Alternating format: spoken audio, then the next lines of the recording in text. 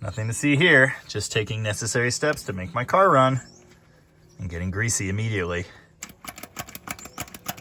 Oh, that wasn't so bad. No, that's the wrong key. Too many Mopars.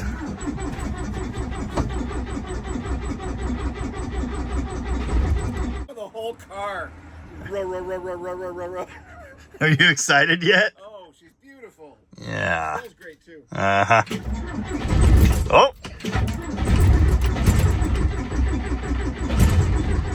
Feel bad for the atmosphere. Dude, it's like 65 degrees. This was some guy's job during when these things were new. Yeah. He had to show up hours early and start all the taxis. This was Colin's spot, so it was always disgusting, but that's altered. It's not good. Woo!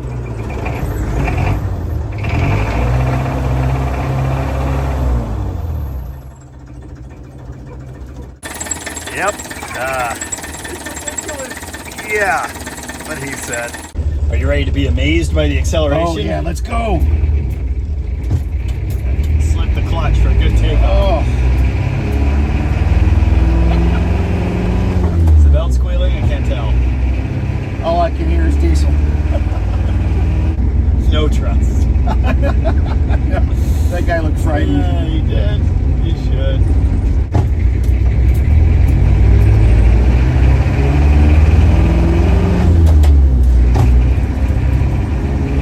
So when this thing comes to pick you up, because you know it's a taxi, Yeah. you just get in and then go, nah, I'll walk. If you go for the ride, you're going to be smelling it for a while. It's the Perky experience. Hi, I'm Jamie. This is Dead Dodge Garage, and this is Perky, as if you didn't know that.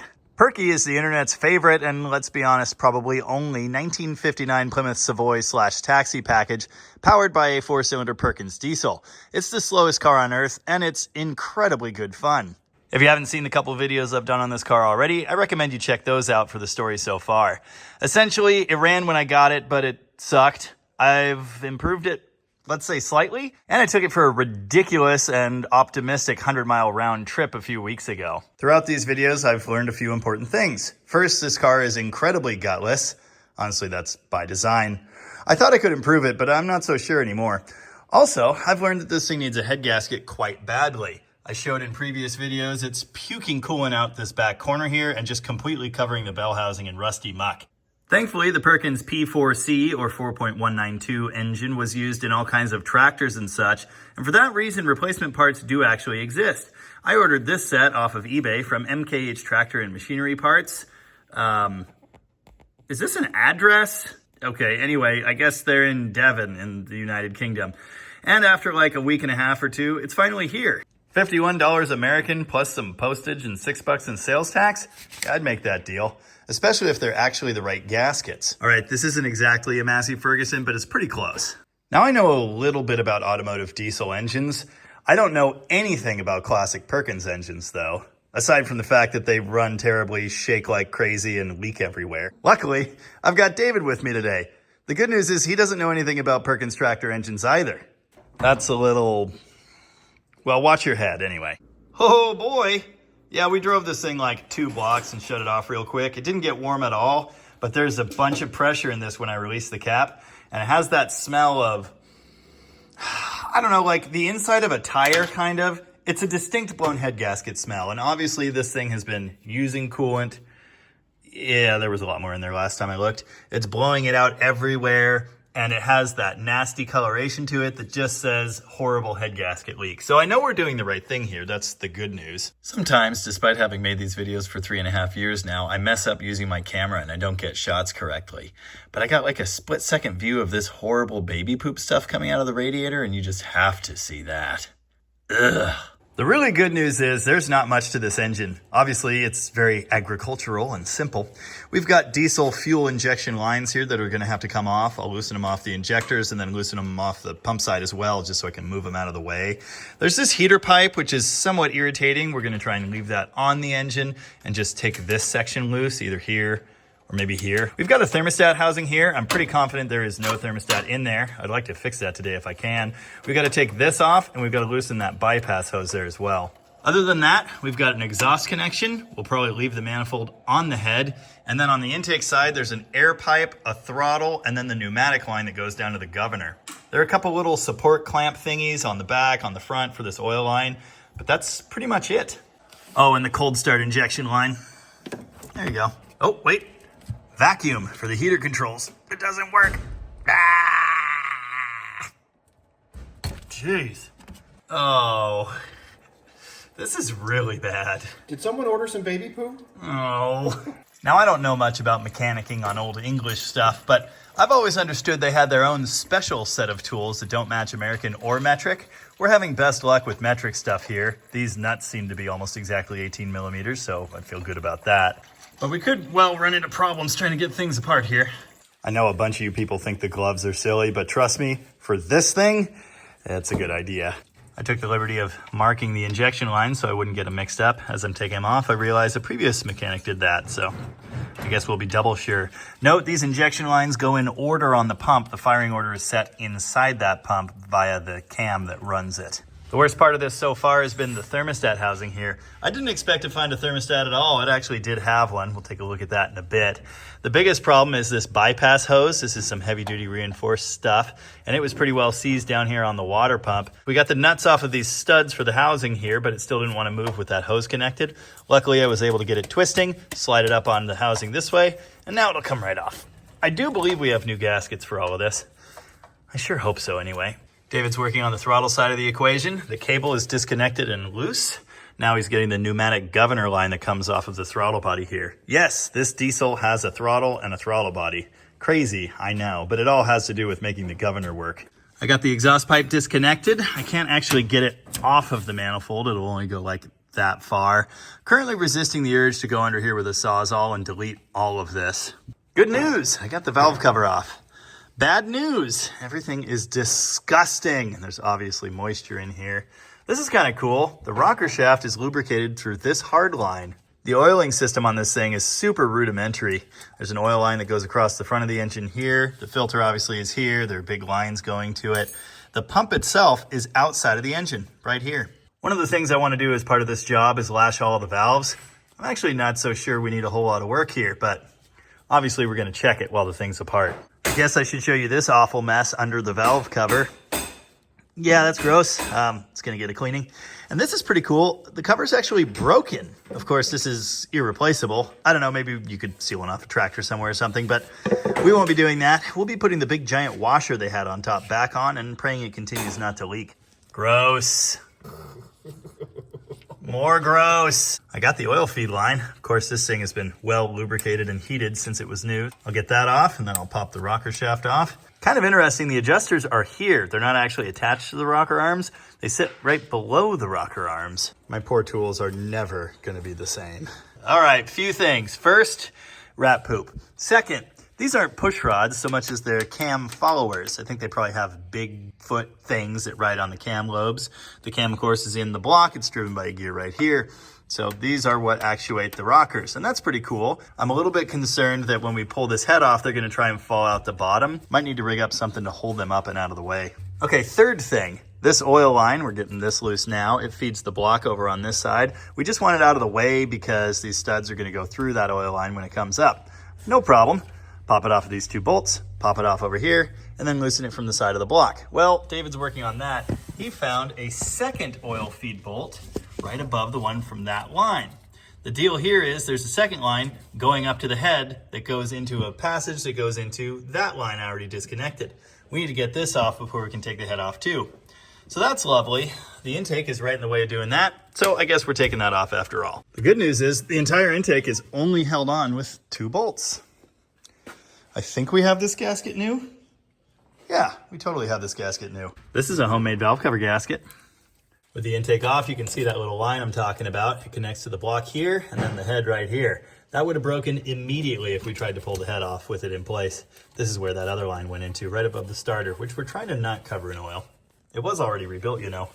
Oil line is off, and just in case, I ran some mechanics wire between all of these so they can't drop down if that's a thing? Again, I don't know. I think now at this point, I'm ready to loosen all of the head nuts and this head should lift out of there. I hope. So is it a good sign that some of these nuts are just, you know, not at all tight? Yeah. I was exactly now years old when I realized these studs holding the injectors down are also head studs. So yes, the injectors do have to come out. Dude, even my phone is turning black. Anyway, all the hardware is off of the hold downs for the injectors. Hopefully this is how you're supposed to get them out of there. Yeah, sure. With a combination of pulling and prying, we did get number 2 injector out. Anyway, we're being very careful. David! That's way worse than the one I did, which admittedly was pretty bad too. Of course, we popped one of these out in a very dramatic fashion off camera. We're gonna try not to do that again. Nice! There's not much to it. You just gotta be careful here. I'm basically just twisting the pry bar and trying not to pry against this water pipe. We probably could have sprayed these now that I think about it. Yeah. Oh. Come on, baby. There you go. Okay, back to loosening nuts.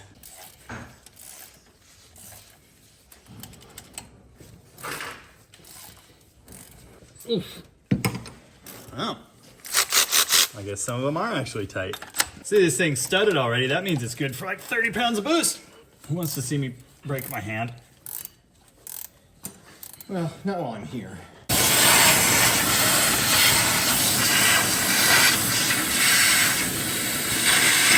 I'm gonna preemptively hit these studs with the magic sauce, just in case.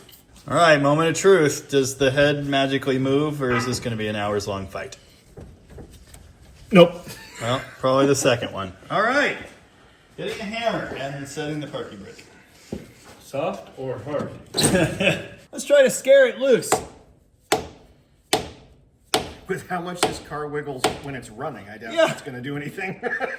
Why is this tight at all? Should we just put the picker on it and a chain that won't fit on that ear? Pry bar and a bigger hammer? I would do the pry bar next. Yeah. Hit me with the pry bar. Did you know everything's really greasy? Oh man, I looked like I could get it there. Well, How about maybe right here. there? Maybe here. How about here? Oh, that's a bad idea. Yeah, don't do that. That's a very bad idea. Don't do that at all. Sure, this could do something. 2 steel brackets. Kind of. So far, no. Yeah, I'm thinking the picker. Wow. All of our backs and knees love the picker. Yes. You know, like while we're down here, don't you have a bigger fuel pump for it? And a turbo. Uh-huh. Yeah. Well, now this is happening. Can't do the P-pump trick. Perkins technicians hate him for this one weird trick. Come on. Okay. 60% of the time it works. Never? Yeah. That. What's the worst that could happen? Come here. It hasn't let go yet. No, I didn't give it all. Why? Did we miss a nut or something? This is crazy. Let go. Let go. Stop it. Give me my head. Did we consult the service manual? Yes, that is a joke. Let me put it on Dead John's Garage and see if he's done something like this before. Okay, sounds good. Is there a channel called Dead Perkins Garage? You might want to watch Fingers there. Yeah. Dude, we're lifting the everything. Everything's coming. Whoa! Whoa! Hello. Now would be a good time to tighten those engine mounts down. This ain't it, Chief.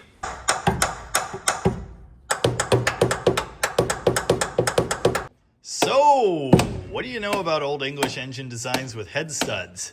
I'll tell you what I know. Exactly one thing. The Jaguar Inline 6 dual overhead cam Hemi uses the same system, and I have read it's pretty common to have to remove the nuts, then spray all of the studs, then suspend the engine's weight with a chain like this hooked to the head, and let it just sit there and hopefully work itself loose. That might be what we're doing here.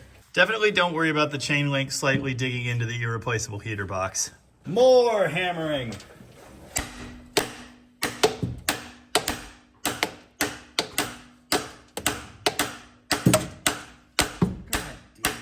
Oh, Perky, you're wounded. I got a welder. Oh, we could just put a stud in the middle.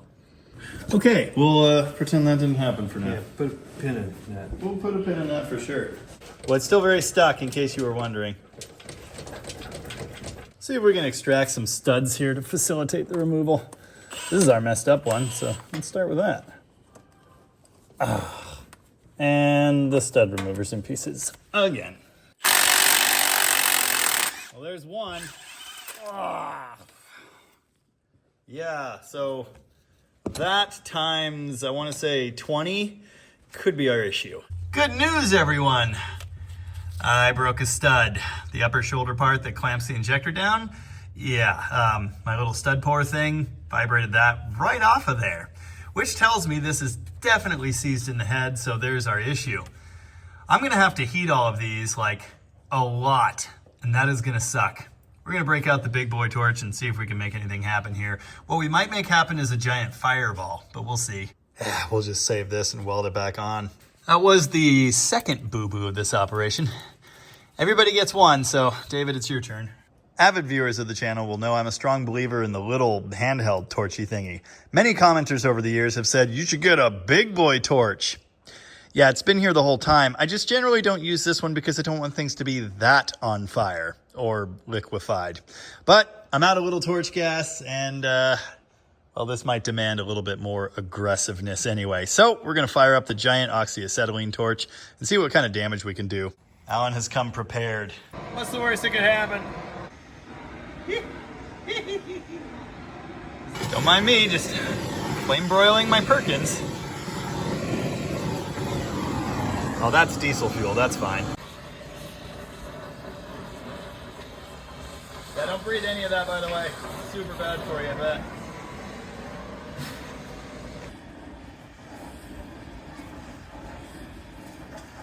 No, nothing's Oh, burning. we're fine.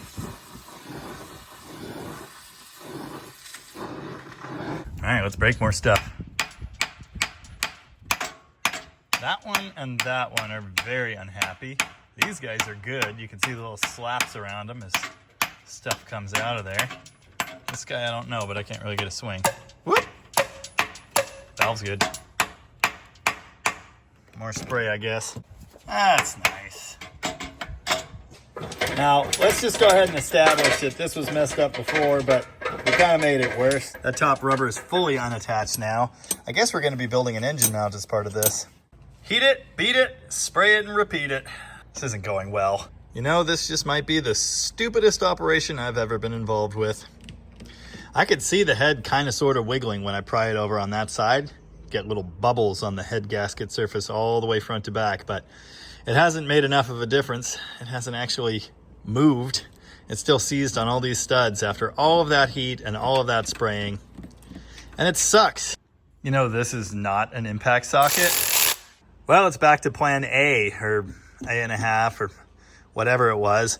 We're gonna let this thing sit here and hopefully gravity will help pull the block away from the head.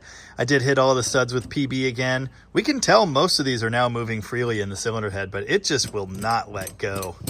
It's really impressive. If this doesn't work, more fire, and then we'll break more studs trying to get them out one by one. Can't wait. Someone is getting too comfortable. Hour and a half of taking things apart. Many, many more hours than that, swearing and heating and spraying and getting things absolutely disgusting and dangling this thing and bouncing the car and the engine up and down and trying to pry the stupid head off and breaking bolts and breaking other important things. And we're just gonna leave it here. It's still dangling. Hopefully gravity helps us free this head up over the next couple days. I don't know, but I for one have had enough. You've got grease on your face. I've got grease everywhere. Seriously, though. I always do it. Yeah.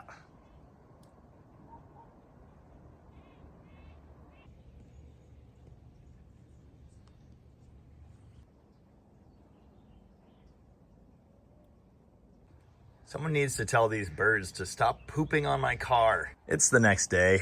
David's gone, and I'm left staring at this incomplete project, somewhat annoyed. This engine has been dangling from the picker by way of a chain attached to the lifting points on the head for like 20 hours now, maybe even more than that. And it hasn't done anything. We've heated, we've sprayed, we've beaten, we've done everything imaginable to try and loosen this thing up. The forecast says rain today, like all the % chance of rain. It's not pouring right now, but I'm sure it will be again. So I'm only gonna have small windows to work on this throughout the day. What I'm gonna do is keep spraying these stupid studs and keep heating this thing with a torch, and hopefully at some point it does something. The more we worked with these studs, the more wiggling and splashing of penetrant we could see coming out around them. I probably could grab the stud extractor and start removing more of these one at a time, and eventually that may well free up the head itself, but I don't want to keep snapping heads off of them. I'm going to have to fix that later. It seemed to me that this row of studs over here that's open to the atmosphere was most likely to be our issue. They did seem to be the most stuck when we started messing with this thing, but some up here seemed very firmly in their spots as well. These have a shoulder I can grab with my stud extractor, and so if they don't snap off, they won't be damaged and we can reuse them. These guys with no shoulder, kind of a different deal. I can grab these and start extracting them, but they may end up stripped, and that would be bad. In case you're not familiar, there is a clever trick where you can thread 2 nuts onto a stud, lock them against each other, and use that to back them out. However, these nuts are super tall. The second nut wouldn't be grabbing enough threads to really do anything, I don't think. And then when that fails, we'll be ruining studs and these all-important head nuts. I was pretty surprised to learn this engine actually had a thermostat installed. It says 180 degrees on it, but the working temperature gauge has never gotten anywhere above the very bottom dot. I am going to try and replace this, I think. Oh, is now a good time to notice my new head gasket is damaged? Good thing it's copper and I can probably just bend it back. One of my superpowers seems to be taking drivable cars and turning them into horrible quagmire projects that sit in the yard forever. That certainly isn't what I wanted for Perky. I enjoyed driving this car. This head gasket really needs to be replaced, and I didn't think this was going to be a big deal. Thanks, head studs. Take a look at this split between the head and the block as I lightly pry the front corner of the cylinder head. Carefully against the gear case, which is probably a bad idea. Do you see the little bubblies? This head is moving, but it will not actually come off. Obviously you can see it doing that happy dance. Well, this entire thing is suspended from the head right now, and just the force of gravity pulling the block down, you would think would be enough to separate them. But it's not, because of the nasty, corroded, carbony goop around all of those head studs. I don't know about you, but I'm pretty disappointed here. I thought this was gonna be like a half-day project. I wanted to drive this car somewhere tomorrow, and now I can't do that. Because it's stuck in pieces, and I can't finish it. And I don't want to keep breaking things. I'd love to set it on fire more, but I'd also like to have a spotter for that, and I'm on my own today. And it's getting late, and I'm just gonna have to throw in the towel. I'm gonna leave this thing dangling off the picker all weekend, and hopefully by Monday it'll have done something, but I don't know. I'm just gonna have to keep spraying it and heat it more and hit it with a brass hammer 1 billion more times and fill everything with little brass chips that I have to clean up and hope that eventually it does something. I was considering pulling more studs, but I can see most of them are wiggling, and that tells me that penetrant has gotten down in there and it's done enough to free them up. Mostly it's the really hard to reach ones that I can't swing a hammer at that are still being stubborn, but sooner or later this has to work, right? I mean, people have done heads on these engines before. It seems like a lot of my videos end up this way. I start on a project trying to just knock it out and make one concise video, that project start to finish, and something gets screwed up. Something goes wrong. Some part doesn't fit. Something isn't available. I don't know why it's always like this. It just is. And I apologize. But we're gonna have to leave this one hanging, as it were. We'll get back to this soon. Hopefully next week. I don't know. As ever, I do thank you very much for watching. And remember, sometimes it's just stupid. Oh, and to the 100 people who have already taken to the comments to tell me to get a better penetrant, just stop. Stay